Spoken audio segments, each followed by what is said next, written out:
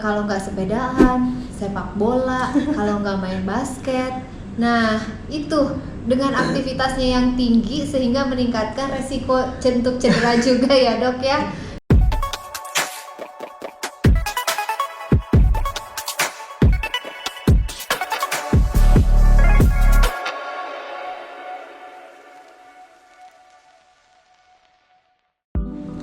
Halo, assalamualaikum warahmatullahi wabarakatuh. Selamat pagi semua. Ya, pagi ini kita kedatangan dokter spesialis kedokteran fisik dan rehabilitasi, Dokter Erni SPKFR. Halo dok, selamat pagi dok. Ini Assalamualaikum semuanya. Waalaikumsalam. Jadi Dokter Erni ini sejawat saya di rumah sakit. Beliau seorang dokter SPKFR.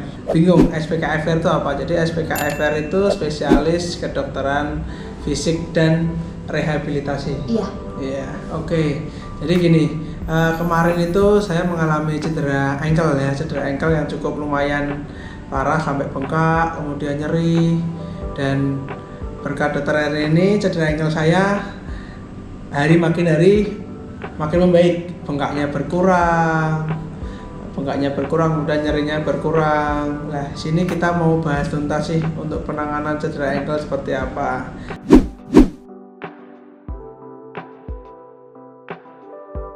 Jadi untuk pertama ini dok, banyak teman-teman yang kurang tahu cedera ankle itu sebenarnya apa sih? Kenapa olahragawan sering mengalami cedera ankle? Ya, terima kasih Dokter Dedi, dokter yang paling hits di Rumah Sakit Tugu Rejo ini. Dan seorang olahragawan ya dok. Saya lihat statusnya kalau nggak sepedaan, sepak bola, kalau nggak main basket. Nah itu dengan aktivitasnya yang tinggi sehingga meningkatkan resiko untuk cedera juga ya dok ya. Karena kan mobilitasnya yang tinggi. Mungkin kurang peregangannya dok sehingga bisa cedera. Elastisitas untuk otot-ototnya mungkin kurang, atau terlalu overuse karena nggak bisa diem ya dok. Iya bisa itu. Okay. Ini saya terangkan sedikit kenapa bisa cedera ankle. Cedera ankle itu apa sih? Kalau kita biasanya cedera ankle itu bilangnya kaki terkilir. Biasanya orang-orang bilangnya kaki terkilir sehingga menyebabkan bengkak. Kalau kita bilangnya cedera muskuloskeletal yang paling sering pada pergelangan kaki. Kenapa sih sering terjadi di pergelangan kaki? Karena di pergelangan kaki itu tulangnya banyak, ligamennya juga banyak, menopang berat badan kita, sehingga ketika kita geraknya terlalu berlebih, ada tekanan di kaki terlalu berlebih, terjadi penekanan yang secara tiba-tiba pada pergelangan kaki itu tidak siap. Jadi sehingga cedera atau terkilir. Terkilir ini biasanya posisi kakinya plantar fleksi terus inversi. Jadi kakinya dia menekuk gini ya, menekuk keluar ya. Tumit ketika tumit mengangkat, terus pergelangan kaki keluar, ujung kaki masuk ke dalam. Itu sehingga menyebabkan kebanyakan nih yang ligamen yang cederanya itu bagian lateral sini. Kalau bagian samping samping luar ya. Iya. Bagian samping luar dia mulai peregangan gitu dulu. Iya, karena masuk ke dalam.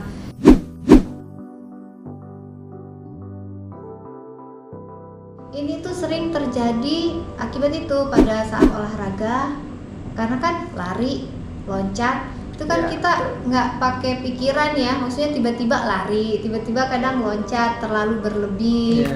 Ketika basket atau badminton atau sepak bola, itu yang sering terjadi. Jadi memang cedera ankle memang sering terjadi pada olahraga-olahragawan ya. Ya, jadi kalau saya bukan olahragawan, saya hanya penghobi saja. Jadi tapi hobinya banyak. Hobinya banyak ya.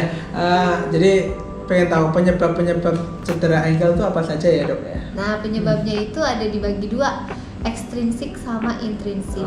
Ekstrinsik itu tadi yang sudah kita bahas ketika olahraga atau cedera olahraga. Atau pada wanita sering terjadi ketika menggunakan high heel. Karena kan tumpuannya lebih kecil ya, karena Betul, kan high iya. heel.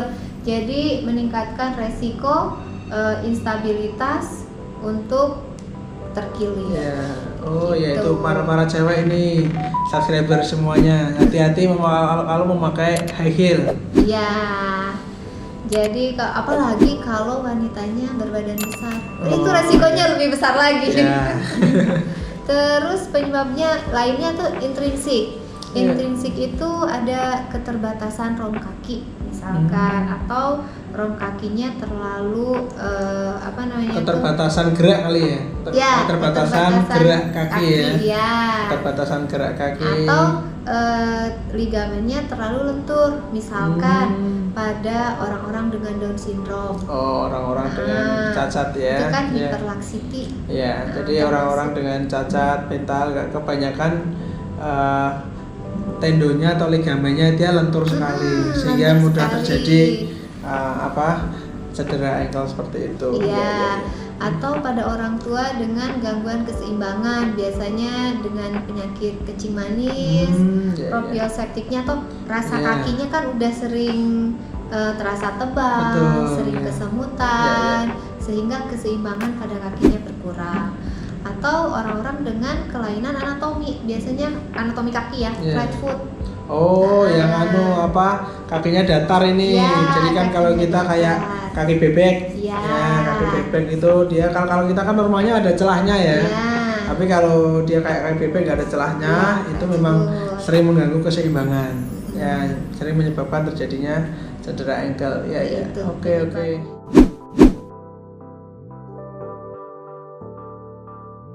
Misalkan saat olahraga nih dok, olahraga di lapangan tiba-tiba cedera ankle, kira-kira penanganannya apa yang betul? Penanganannya itu bertahap ya. Pertama, penanganan awal RICE, atau pertama lagi rest. Rest itu singkatan dari rest. Rest itu istirahat. Jadi kalau ketika olahraga cedera langsung terkilir, langsung diam, bukan melanjutkan olahraganya. Ya itu, jadi Ya. yang pertama ingat, jadi rest, istirahat. Yang kedua, ini karena kan akut, Ya. cederanya cedera akut. Yang kedua itu ice dari Ice, ya, oh, jadi iya, kompres es atau kompres air dingin boleh. Kompres es, kompres air dingin segera. Terus yang ketiga kompresi, terus elevasi, sama imobilisasi. Oh. Imobilisasi itu ya tidak boleh gerak. Kalau kompresi gimana dok maksudnya? Kompresi C yang ketiga ya, rise ya. dari yang ketiga itu C, compression. Itu gimana? Kompresi itu bisa menggunakan kalau misalkan tidak bengkak ya, kita bisa menggunakan bandage. Oh ya, elastic bandage ya. elastic bandage, Banyak kan dijual-jual atau- di toko olahraga itu ada ankle support, knee support, gitu-gitu ya. Atau deker kita Kita bilangnya deker tuh. ankle. Deker betul. Ya, terus elevasi ya kita Ya. istirahatkan. Yang keempat E, dielevasikan. elevation. Jadi kakinya yang cedera itu Boleh diangkat. diangkat ketika ya, tidur. angkat. Diangkat nggak terlalu tinggi sih, cuma 20-30 derajat Nah. atau bantal satu. Jadi kalau tidur istirahat kakinya ditinggikan 20 sampai 30 derajat. Tujuannya untuk apa itu, Dok? Untuk mengistirahatkan, terus meningkatkan vaskularisasi, juga iya. bisa Jadi meningkatkan memang aliran darahnya. ya untuk mengurangi bengkaknya ya. Iya. Jadi aliran dari atas turun ke bawah gitu ya. Oke. Itu yang terakhir adalah imobilisasi sebenarnya tambahannya. Jadi iya. rise plus imobilisasi. Jadi imobilisasi bentuknya gimana, Dok? Nggak boleh banyak gerak, Nah diam. itu bisa nggak ya teman-teman semua yang olahragawan ini sekalinya cedera harus diam di rumah gitu. Susah ya. Susah. Seperti teman saya ini susah diam. Biasanya pecicilan sekarang suruh di rumah terus ya. Berat. Susah. Iya. Apalagi Dok? Penanganan selanjutnya kalau ada nyeri, bengkak, lebam, minum obat Nah, untuk itu. mengurangi nyerinya. Itu bagian saya itu. Ya. Nah, itu bagian saya. Jadi kalau cedera gitu konsul ke saya, dokter spesialis penyakit dalam. Nanti saya kasih obat-obatan anti nyeri, kemudian anti bengkak. Itu kalau tanpa fisioterapi juga sama saja. Fisioterapi tanpa obat anti nyeri sama saja. Jadi memang saling melengkapi ya. Pengobatan itu saling melengkapi. Ada obat yang diminum, ada fisioterapi yang harus dilakukan. Jadi Gitu. penanganannya komprehensif. Komprehensif. Nah, betul. itu penanganan dari kita dari Ya. rehabilitasi medik. Rehabilitasi medik itu kan rehabilitasi. Ya. Itu kembali. Terus habilitasi itu kan kebiasaan. Ya. Jadi kita dari tim rehabilitasi medik berusaha mengembalikan orang yang cedera atau orang dengan gangguan mobilisasi ke kebiasaan sebelumnya, sebelum cedera. Iya. Walaupun ada gangguan tapi fungsinya harus baik. Yes. Nah, Oke. iya, rehabilitasi itu apa namanya tuh, tim ya, ada Tim. dokternya, ada fisioterapi, ada okupasi terapi, dan untuk cedera-cedera yang lainnya ada bisa terapi bicara dan lain-lain.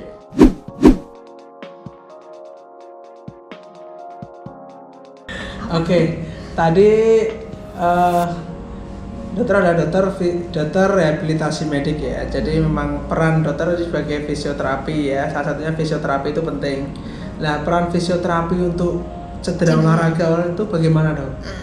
Fisioterapi ini sangat membantu untuk cedera olahraga ini, karena dengan fisioterapi kita terapi tanpa obat. Kan obatnya sudah dari dokter penyakit dalam ya. Nah, kita tanpa obat. Dengan apa nih kita terapinya? Fisioterapi ada modalitas atau alat. Nah, terus juga ada tanpa alat. Tanpa alat itu bisa dengan latihan manual. Itu untuk meningkatkan, dua-duanya tujuannya untuk meningkatkan fungsionalnya. Kita bahas fisioterapi yang dengan alat. Dengan alat ini, karena kemarin saya juga fisioterapi dengan alat. Nah, untuk cedera ankle ini pada fase akut dengan alat yang bisa digunakan satu cryo. Cryo ya, cryoterapi ya. Iya. Cryoterapi itu sifatnya dingin ya, kayak tadi sifatnya kayak es. Kayak es ya. Kayak kompres es. Cuma ini lebih mutakhir. Nah, jadi namanya cryo, disemprot dingin sampai menusuk tulang biasanya ya. Nyerinya itu, linunya itu tujuannya untuk meredakan peradangan, untuk memperbaiki vaskularisasi atau aliran darah yang cedera. Oke. Karena bengkaknya. Jadi seperti kita di hair dryer kakinya ya, semprot udara dingin sekali. Rasanya seperti disayat-sayat malahan karena saking dinginnya kulit. Iya, padahal itu cryo tuh kalau pas orang cedera kan sakit banget ya. Kita rasakan pada orang yang sehat atau pada otot yang sehat rasanya cuma hanya dingin biasa. Terus alat selanjutnya TENS. TENS itu apa, Dok?